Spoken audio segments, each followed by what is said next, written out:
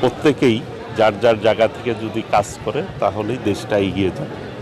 তো স্কুলের বাচ্চাদের এবং এই কাজের উৎসাহ দানের জন্যই মূলত এখানে আসছি। পাশাপাশি শিক্ষা প্রতিষ্ঠানের শিক্ষার মান উন্নয়নের জন্য মাননীয় প্রধানমন্ত্রী দেশনায়ক তারেক রহমান যেভাবে কাজ করে যাচ্ছেন, শিক্ষাকে সর্বোচ্চ অগ্রাধিকার দিয়েছেন।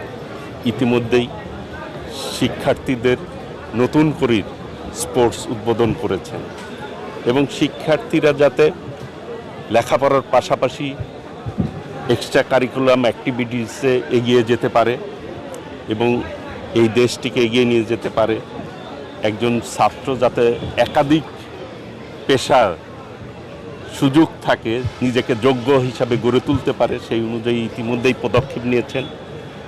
আমরাও চাই মাননীয় প্রধানমন্ত্রীর ইচ্ছা অনুযায়ী ওনার যে কাজ, সেই কাজকে কীভাবে এগিয়ে। বাংলা কিউআর যেখানে নগদ পেমেন্ট সেখানে সারা দেশে 10 লাখেরও বেশি মার্চেন্টে নগদে পেমেন্ট করুন খুব সহজে।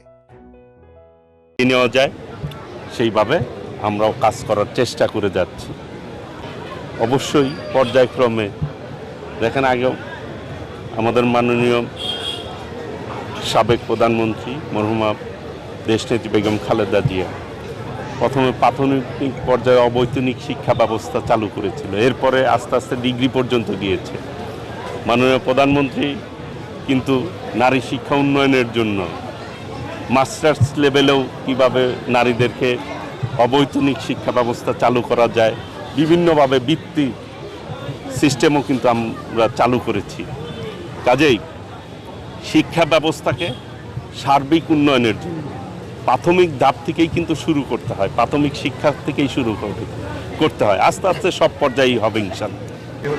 আমরা এই ব্যাপারে প্রকল্প নিচ্ছি, রেডি করছি, কিভাবে প্রোটিনের চাহিদা মিট আপ করা যায় এবং স্কুলগুলিতে আমরা কিভাবে সেটি দিতে পারি, সেই ব্যাপারে আমরা ইতিমধ্যেই চিন্তা করেছি, পদক্ষেপ নিচ্ছি ইনশাআল্লাহ। ঠিক আছে, ধন্যবাদ।